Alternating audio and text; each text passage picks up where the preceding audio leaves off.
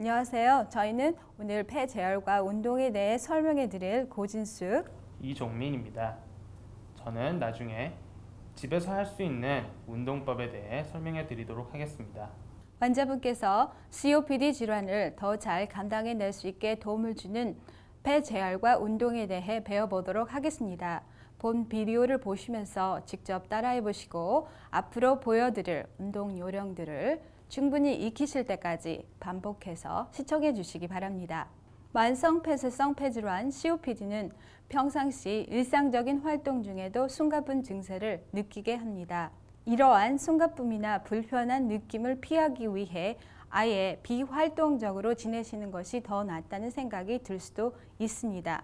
그렇지만 아쉽게도 활동량이 줄어들수록 근육이 더 약해져 호흡곤란 증세가 더 자주 발생하게 됩니다. 호흡곤란 증세를 처치하시려면 사실상 규칙적인 운동을 실시하여 전반적인 건강 증진과 근육 강화를 위해 노력하는 것이 너무도 중요합니다.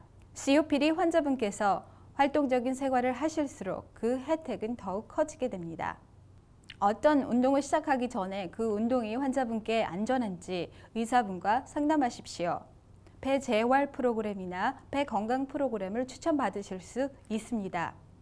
이러한 프로그램들은 보통 여러 종류의 운동하기와 교육을 받는 내용으로 구성되어 있고 보통 무료이거나 아주 적은 비용이 듭니다. 환자분의 자택이 폐 재활 프로그램을 제공하는 병원에서 가깝지 않으면 환자분 스스로 운동 계획을 세워 진행하는 것을 선호하실 수도 있겠습니다. 매일 운동하기의 혜택으로서 튼튼하고 강한 몸 만들어주기 외에도 숙면을 도모해주고 몸의 근육을 풀어주며 기분을 좋아지게 해줍니다. 또한 심장 근육을 포함하여 다른 신체 근육을 강하게 유지시켜주는 결과 호흡 곤란 증세가 줄어들면서 더 많은 운동과 활동을 즐기실 수 있게 됩니다. 다시 말씀드리면 운동을 많이 하실수록 옷 갈아입기, 목욕하기, 청소하기, 요리하기 등과 같은 일상적인 활동들을 수월하게 처리해낼 수 있게 됩니다. 어쩌면 운동 시작 15분 전에 푸른색 흡입기, 살부타몰이나 벤톨린을 사용하는 것이 도움이 될 수 있습니다. 일반적으로 운동은 심장 강화 운동, 근력 강화 운동, 스트레칭 이렇게 세 가지 유형으로 나뉘어집니다. 심장 강화 운동은 유산소 운동이라고 불리기도 하는데 심장 박동수를 빨라지게 한 상태에서 잠시 동안 유지시키는 것을 뜻합니다. 유산소 운동의 예로는 걷기, 계단 오르기, 등산하기, 수영하기, 그리고 자전거 타기 등이 있습니다. 이러한 운동들은 일주일에 적어도 3번 실시해야 합니다. 운동 시작 전 2, 3분 정도 준비 운동을 해주시고 운동을 마치기 전에는 운동 속도를 서서히 줄이면서 몸의 열기를 식혀주는 것도 중요합니다. 시간을 재면서 운동하시고 걷거나 수영을 하실 때 매번 조금씩 운동량을 늘려가며 서서히 지구력을 늘리는 것도 중요합니다. 근력 강화 혹은 저항력 훈련은 역기를 들어 올리거나 끌어당겨서 근육을 만드는 운동입니다.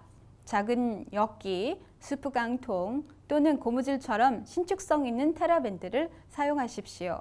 이러한 근력 강화 운동이 익숙치 않으면 환자분의 신체 안전을 위해 물리치료사나 개인 트레이너에게 올바른 운동 방법을 배운 후에 실시하는 것이 중요합니다. 마지막으로 스트레칭은 긴장된 근육을 풀어주고 호흡을 쉽게 해주며 달구어진 몸의 열기를 식혀줍니다. 스트레칭은 의자에 앉아서 하거나 누워서 하는 것이 안전합니다.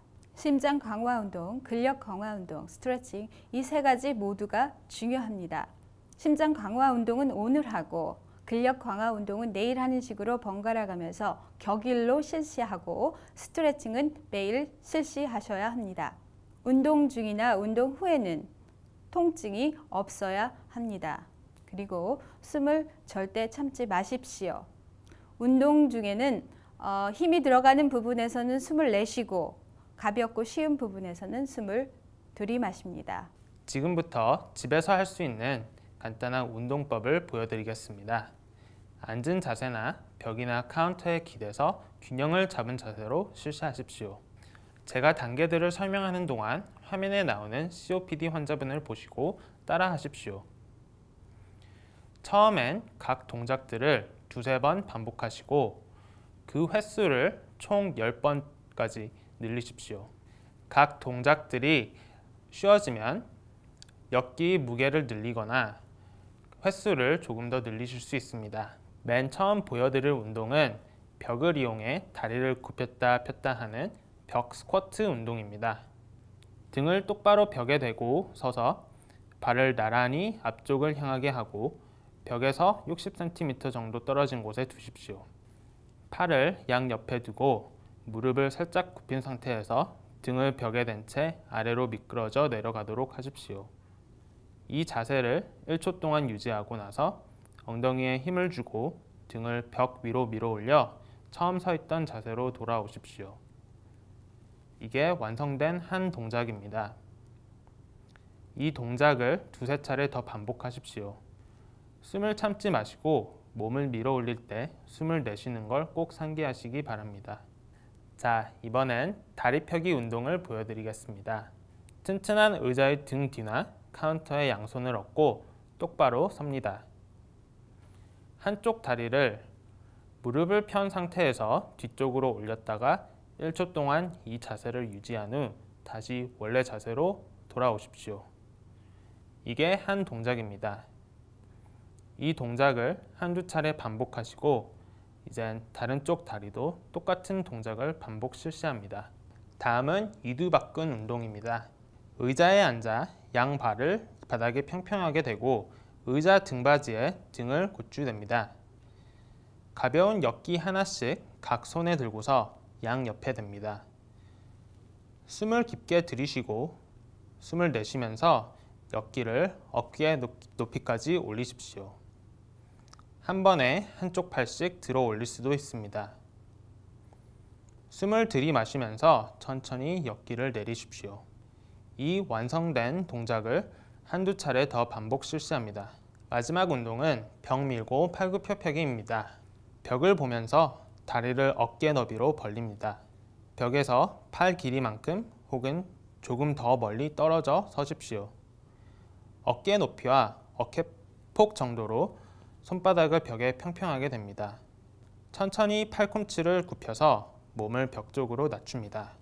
잠시 그 자세로 멈추고 있다가 다시 몸을 밀어내면서 꼿꼿한 원래 자세로 돌아오십시오. 이 동작을 한두 차례 더 반복하십시오. 거의 매일 30분씩 운동하는 것이 가장 이상적입니다. 좀 더 수월하게 운동을 하시려면 가장 활력이 솟을 때 실시하시고 반드시 식후 최소 1시간을 기다리신 후 운동을 하십시오. 자신에게 맞는 속도로 운동을 하고 천천히 활동량을 늘리는 것도 중요합니다. 땀이 나고 조금 숨이 찰 때까지 운동을 하시고 호흡 조절법을 연습하셔서 운동을 하실 때 멈추지 않고 더 오래 할 수 있도록 노력하십시오. 호흡 조절법에 대한 비디오는 메인 메뉴에서 찾으실 수 있습니다. 환자분의 편의를 위해 따라 하실 수 있는 운동 스케줄의 예를 보여드리겠습니다. 보시는 것처럼 심장 강화 운동은 25분에서 30분 정도, 이틀에 한 번씩, 그리고 근력 강화 운동은 일주일에 2번 실시합니다. 스트레칭은 매일 하시는 것이 좋습니다. 심장 강화와 근력 강화를 위해 무슨 운동을 할까 고민이 되시면 노란색 칼럼을 참조하십시오. 또한 매일 실시할 운동량과 운동 유형에 대해 의사분과 상담하는 것을 잊지 마십시오. 심장 강화 운동은 매주 1분씩 더 오래 하여 궁극적으로 운동 시간이 30분 이상이 되도록 도전해 보십시오.